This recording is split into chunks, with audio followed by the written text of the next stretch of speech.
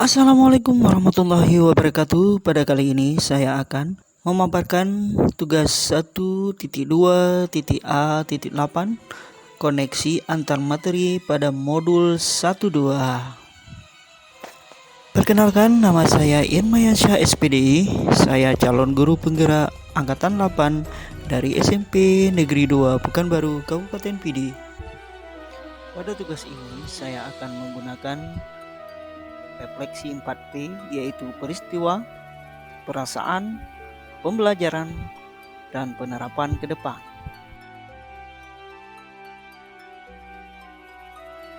Pada peristiwa, momen yang paling menantang, momen yang paling penting atau mencerahkan bagi saya dalam proses pembelajaran modul 1.1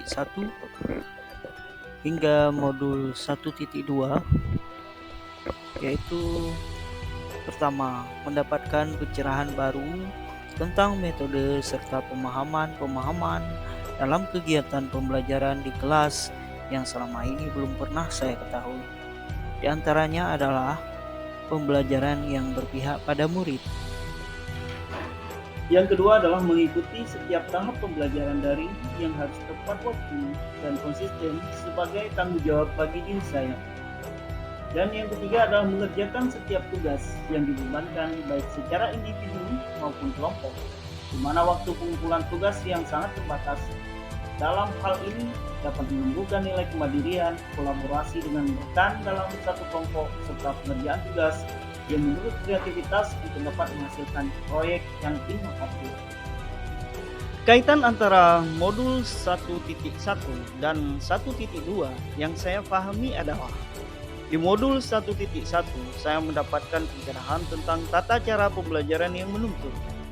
Artinya, guru bukanlah sebagai satu-satunya sumber pembelajaran, melainkan sebagai fasilitator.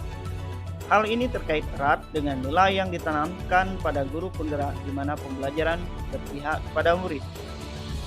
Kemudian fungsi guru yang diumpamakan sebagai petani pada modul 1.1, yaitu hanya menanam, menyiram, dan memupuk tanamannya, berkaitan juga dengan nilai guru yang mandiri, kreatif, dan inovatif pada modul 1.2.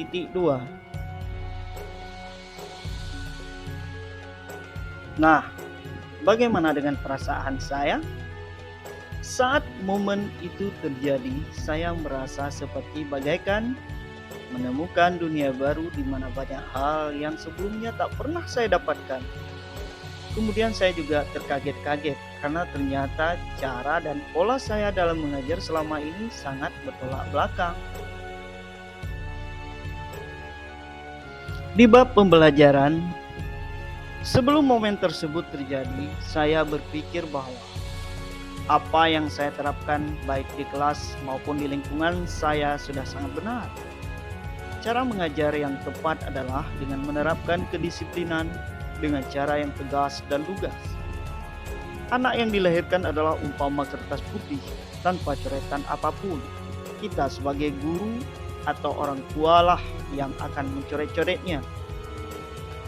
Anak adalah memiliki potensi dan kemampuan yang sama. Namun, sekarang saya berpikir bahwa saya harus banyak belajar lagi tentang segala bentuk proses pembelajaran yang terkait dengan tugas saya sebagai pendidik. Cara mengajar yang dulunya menuntut, sekarang hanya menuntun.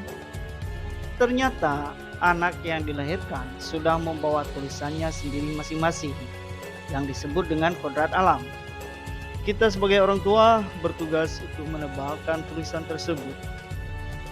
Bakat dan minat setiap anak berbeda-beda, maka cara belajarnya pun membutuhkan penanganan yang berbeda pula. Terakhir, rencana penerapan ke depan. Apa pengembangan diri yang sederhana, konkret, atau rutin yang dapat saya lakukan sendiri dari sekarang untuk membantu menguatkan nilai-nilai dan peran saya sebagai guru penggerak? Yang pertama adalah tidak pernah berhenti untuk belajar, karena belajar adalah sepanjang hayat.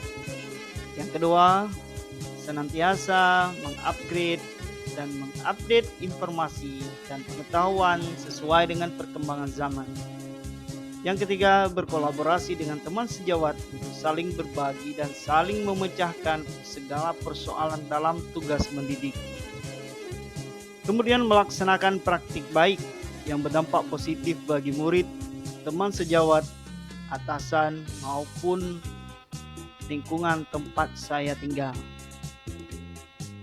Lalu merancang dan merencanakan kegiatan-kegiatan yang dapat mendukung pembelajaran. Dan yang terakhir adalah menerapkan segala yang saya pelajari di program pendidikan guru penggerak ke dalam aksi nyata. Dan akhirnya inilah akhir dari video sederhana saya. Terima kasih kepada Bapak Ibu kawan-kawan yang sudah menyempatkan waktu untuk menonton video sederhana saya ini. Jangan lupa di like, subscribe, dan share. Wassalamualaikum warahmatullahi wabarakatuh.